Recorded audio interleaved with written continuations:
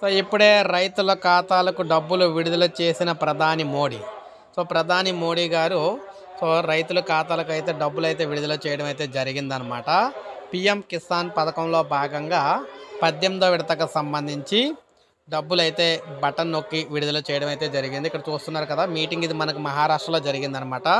ఈ మీటింగ్లో ఈయన మాట్లాడుతూ పిఎం కిసాన్ పథకానికి సంబంధించి నిధులైతే రైతుల ఖాతాలకు అయితే జమ చేయడం అయితే జరిగింది. ఇక్కడ మీరు చూడొచ్చు, మహారాష్ట్ర పర్యటనలో భాగంగా ప్రధాని మోడీ స్థానికంగా ఉన్న జగదాంబ మాత ఆలయంలో పూజలు చేశారు. అనంతరం సంత్ సేవాలాల్ మహారాజ్ సమాధి వద్దకు వెళ్ళి సాంప్రదాయ డంకా ఇక్కడ వాయించారు. బంజారా విరాసత్ మ్యూజియాన్ని ప్రారంభించారు.